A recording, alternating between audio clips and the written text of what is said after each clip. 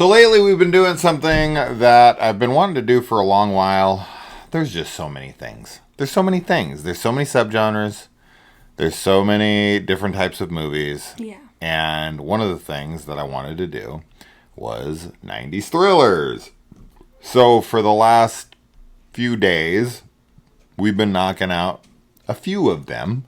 And so I don't know how long this kick will last. Some kicks we go on last 20, 30 movies.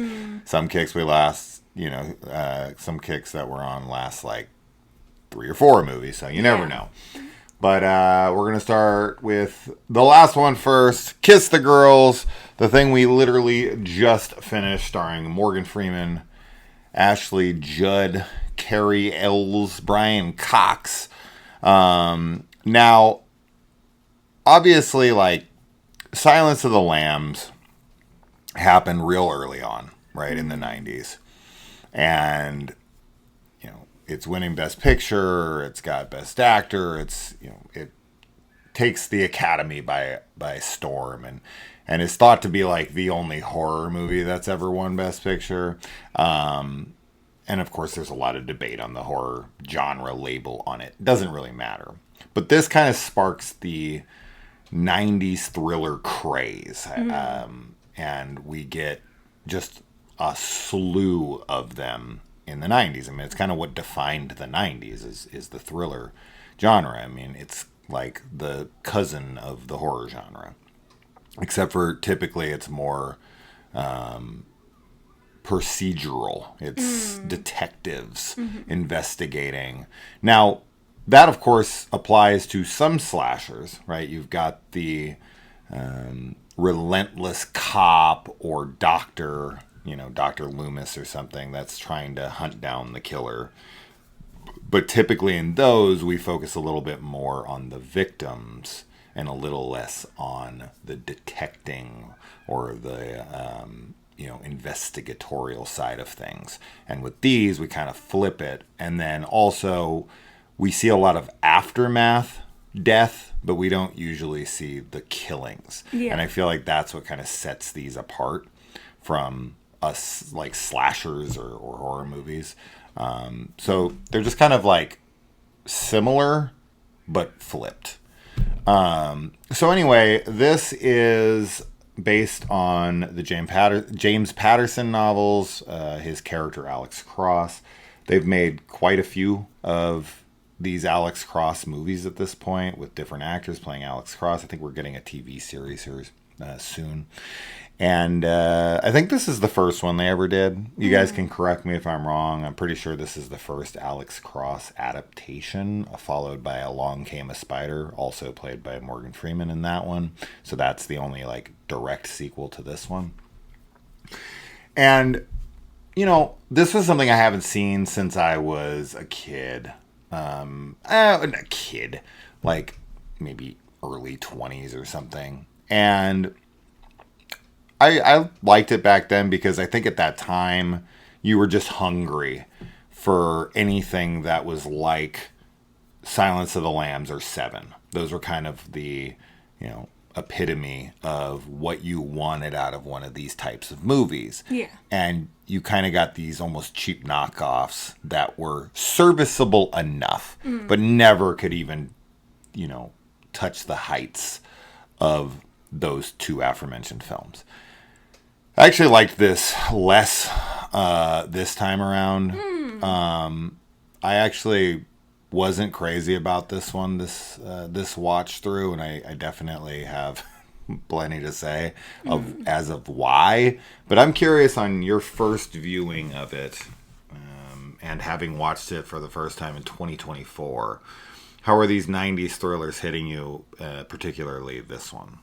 I liked this one. It definitely doesn't compare to something like Silence of the Lambs or Seven or anything, but I still liked it overall. I did find that there was some logic-y type stuff that didn't really make sense to me, which I know one of the things that you want to talk about, but then there was also just kind of some stuff in the beginning.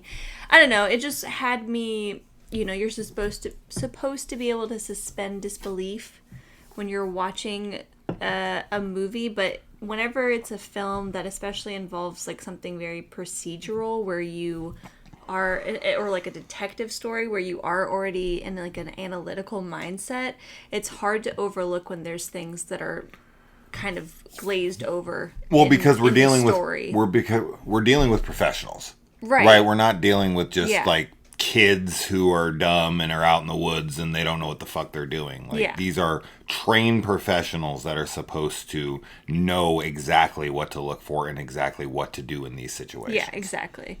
So some of that's, you know, it definitely brings it down because it's like not as smart of a story as it sort of is trying to be, I think. But overall, I liked it. I like the vibe. I like the tone of things. I did like the mask that the killer, you know, like that the killer's masked and kind of in the shadows and everything. I did wish that we got more time with like the other girls. That's one thing that I think is a big missed opportunity, to have so many kidnapped like women. Yeah. And they're all supposed to be extraordinary in some way. Like I would have liked to get to, you know, have gotten to know them. Yes. And, you know, even if like you're going to kill them off, like I think that would have also given more of an emotional connection if we did get to know them. And then one of them, the one that we get to know, ends up dying.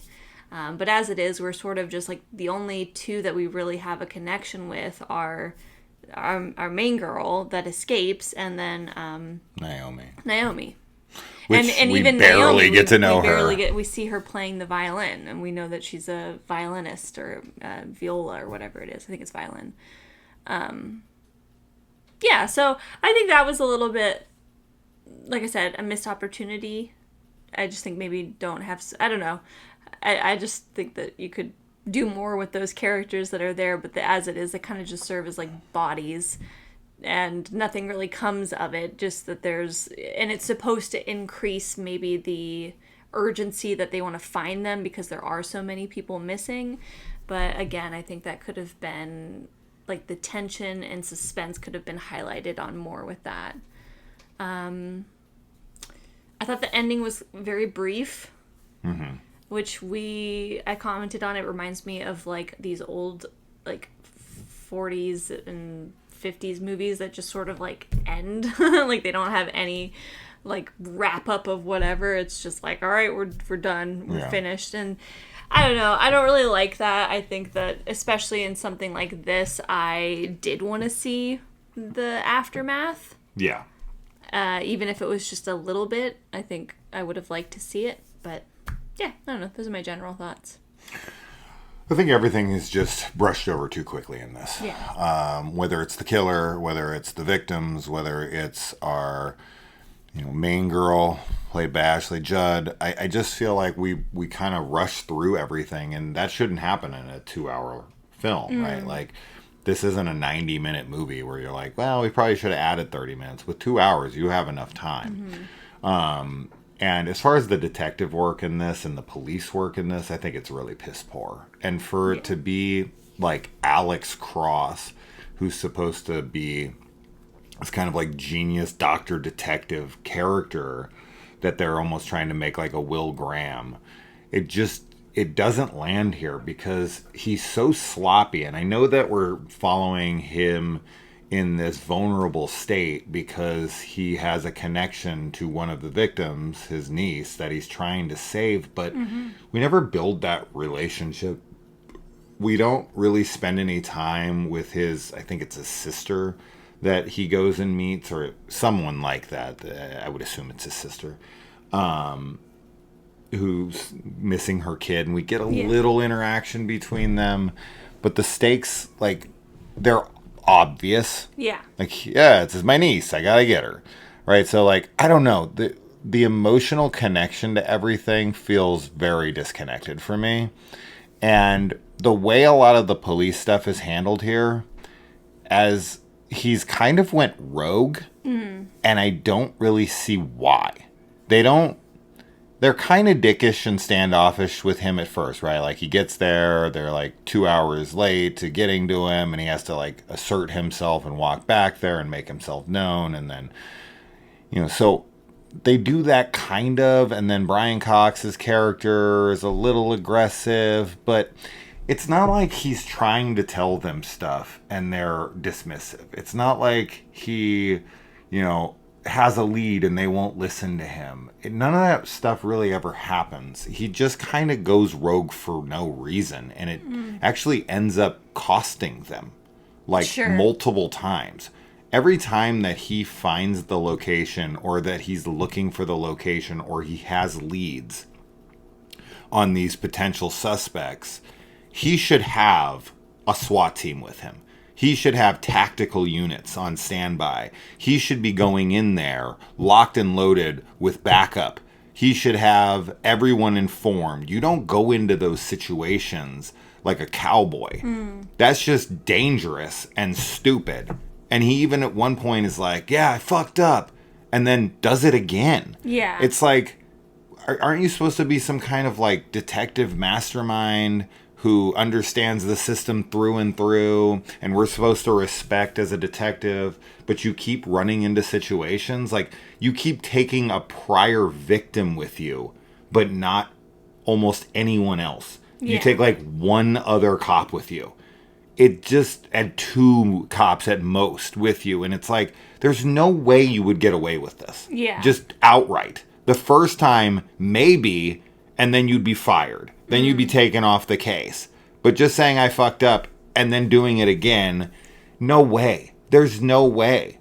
And I don't want to get too into like how easy I feel like it would have been to find the location that she came out of, because she literally jumped from a cliff into a waterfall that then hit water, and it took her downstream. So you literally follow the stream up to where you find a waterfall, and then a cliff that's above a waterfall, and you go from there. She didn't run very far. Yeah. You go over to the waterfall, you look for the cliff, you find the cliff, and then you backtrack. Even if you can't find prints, you bring in a search team. Yeah. You bring in dogs. But no, he just goes out there with her and one other guy after he already blew it earlier by letting the other killer go. It's just such incompetency. And as far as like the killers go, I was gonna say the killers are poor, because the one guy, he tracks him down because of a large quantity of this specific drug that he bought, right? And so he tracks him down. And then once he finally gets him, which, oh my God, getting him the first time, he should have never let him go. Sitting there with the cop and all that stuff, with the gun in front of him and all that stuff, and letting him run him over, so dumb. But then when he's like dying, he's like, who's your guy? And he's like, you'll never catch him. He's too good. And it's like 5 minutes later, he reveals himself to the girl, and like in a way where his DNA's everywhere. He's throwing her around the house, letting himself get cut open. Yeah, I mean, he's too good. That's 5 minutes later, like in the movie, but like in real life, there's time that passes between a day. But I agree. I was gonna say I actually don't like that they have a second killer. I feel like that whole story arc is kind of pointless. Like it's very like it distracts away from the main story. It does, and it's like it's trying to somehow, but I don't know. I don't think it works, because we know from very early on that there's like another person when we see him like emailing and talking to somebody on the phone. So it's not like a surprise or anything. And I think it would have been cool if we thought that was the killer, and then we find out he has an accomplice. That's the twist. Sure, yeah. Yeah. But that's, and I think, them taking time to go from North Carolina to California. They go across the country. Yeah. And there's no time, like, traveling or, like, and I get it. Like, they don't want to waste the time on that, but it just feels it's weird. It's like all of a sudden they're in California, and it feels like they just went to, like, another city or something. You know what I mean? Like, I don't think it really shows how far away they are. Especially when the clock is ticking on his niece's life. Yeah, so I didn't like that, and I thought I feel like he gets no other help from the cops that are on the investigation, like, at all in this film. Yeah, I agree. Didn't like the other killer. I didn't like the, like, very mild rivalry that was happening between them. I don't feel like that was built up enough where they're like trying to one up each other or something. Like they should have, I don't know, there should have been more focus on crimes happening on both coasts and both of them being like so similar and so violent or something, so that there was like, well, how is this guy doing this? Like, how is he on both, like, or something? You know what I mean? Like, I don't know. I didn't like that. As far as the ending 2 goes, I found this to be completely silly. So she's locked in a room with a bunch of other girls. She has just been drugged. She has, no bearings on her surroundings. She's terrified. She's dealing with this situation, and she outsmarts him. She, fights back against him and runs off, jumps off of a cliff to save herself. This is a daring chick, and we very much focus on the fact that she is a fighter, that she is resilient, and then somehow at the end of the movie, when it's revealed to be the killer, she like clams up and is so scared that she can barely move. Yeah. And then he like literally gives her a killing blow, hands her the knife back, and he's like, what are you going to do? Cut me? 100,000%. Yeah. She would have stabbed that guy instantly. We're talking about, you're not talking about some random ass person. We have shown her in a few different ways. Number one, she's a fucking surgeon. Okay? She knows exactly where to cut you. She knows exactly how to kill you. Right? She is a literal surgeon with a knife. Right? This is what she does. She can open you up and she can close you up. Yeah. So she knows exactly how to kill you. She takes self-defense training where she's fighting like crazy. She's shown to be very intelligent, and she's shown already previously and acknowledged by the detectives and the movie that she's super resilient, fights back, but then in the end of the movie she conveniently is like so scared she can barely move, and then only just kind of like swipes at him. It's just so dumb. That's so dumb. I don't know what else to say about it other than that's just conveniently dumb. Yeah. Yeah, I didn't like that either. I feel like her character is, like, I know that she's traumatized, but again, I don't feel like we really get, I feel like there could have been more moments to show, like, just how compromised she became after this situation, which would then maybe make it more believable for her to have, like, hesitation in fighting back. But I agree with you, though. I think that she's a fighter and a survivor, and for her to be so timid in defending herself when she's not drugged, she's not, like, freshly out of being imprisoned or whatever, I do think that's pretty... And she fights back afterwards, but to have the weapon in your hand and be, like, this close to the guy... Yeah, there's no way she's just gonna slash at him. So... Yeah. And another... Oh, go ahead. Oh, no, go ahead. Another huge issue here is that this character is labeled as Casanova. And we have a scene between Alex Cross and Ashley Judd's character, and he's like, he loves you. And she's like, no. And he's like, take the hatred you have for him, times it by 100. That's how much he loves you.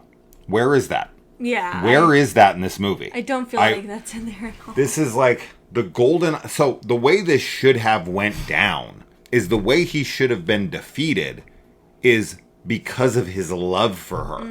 Have something to do with it being Casanova, right? Like take Hannibal, for instance. The sequel, not the television series, but the sequel with Julianne Moore. So in that movie, they make it that Hannibal is like in love with Clarice, right? And you haven't seen the movie? I haven't. So there's something that happens at the end, and I don't want to spoil it for you because I guess we're eventually going to watch it, but his love for her is his downfall. That's all I'll say. Yeah. And it's like, this is that movie personified. Like, that's what it's supposed to be, right? That's what they're saying. I'm Casanova. I love these girls so much as long as they adhere to my rules. But if they break the rules, then I don't care about them anymore, and they must be punished. And the more I think about everything in this movie, the more I really don't like it. Like, there's so many things that are just completely missed opportunities that I just don't like. The detecting side of things. I don't like the victim side of things. I don't like the killer. I don't like how our main detective handles things. I kind of hate the movie.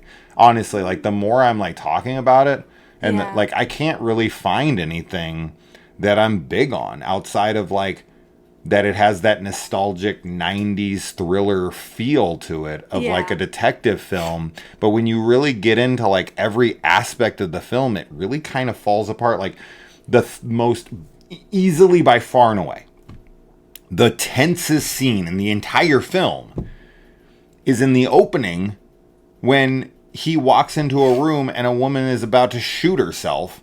Oh, and he talks her out of it. Yeah, that's and when she like has the gun in her scary. mouth, it looks terrifying. Yeah. And she looks like she's dead serious. And he comes over and he talks her out of it. And you're like, is this shit going to shoot herself? Like the whole time. And you're like, she can pull this trigger at any minute. And it just really genuinely felt like there was stakes. It felt like I understood everything. I felt like he handled it right. You know, I felt like all of that worked super well. And I was like, damn, that was a good opening. And then we get to the killer, and it's just from there, it's all just kind of like really rushed through. Yeah. Missed opportunity after missed opportunity. Horrendous police work from somebody that I'm supposed to think is like the world's greatest detective. And I'm just not buying it. I'm not, you know, Clarice Starling from Silence of the Lambs is a rookie who's not taken seriously by anybody. She doesn't have any accreditation. She doesn't have any, like, you know, accreditation, sorry. She doesn't have any,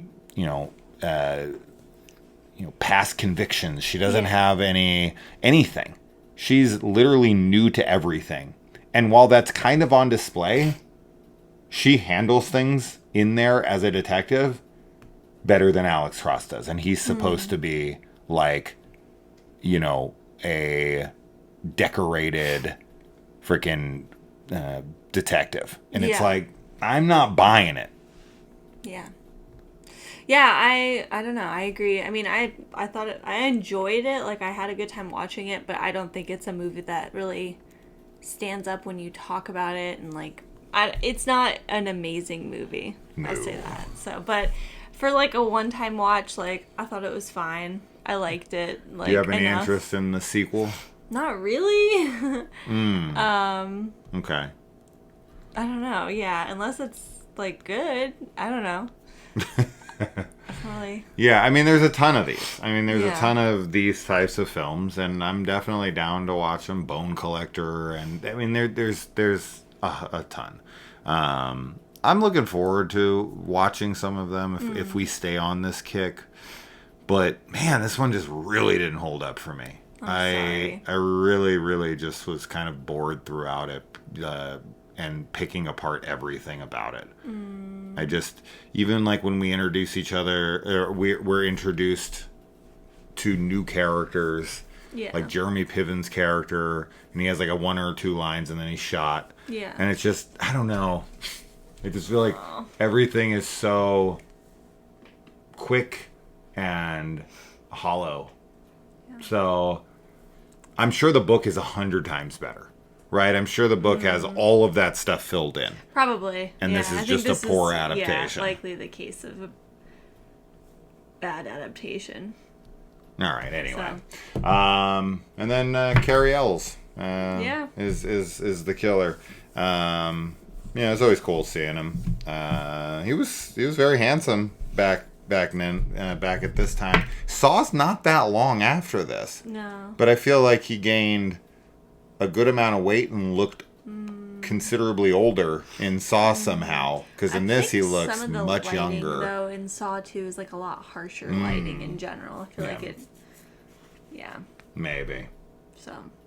But yeah, just I don't know. You'll never catch him. He's too good. 2 seconds later, here I am. That's just what? Yeah. He didn't do anything. He literally, like, okay, come on.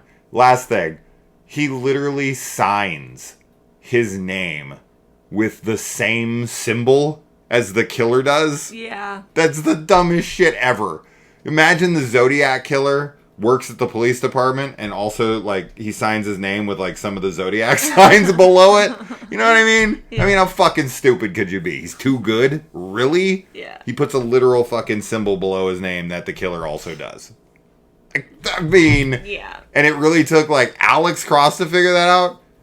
I feel like my kids could figure that out. Probably. That's like one of those things Hunter that... killers. Yeah, it's like one of those like, hunter killer things that it's like... It's just fun. It's not like actual police work. Yeah. That like things are a little too on the nose, but it's like that's the fun of it. It's like, oh, you found these little clues, right. And it's like no one would ever do that, but it's fun to find them. That's what this felt like. Yeah, that's a good analogy. So stupid. Anyway, all right, guys, let us know what you think of the movie. All right. Bye.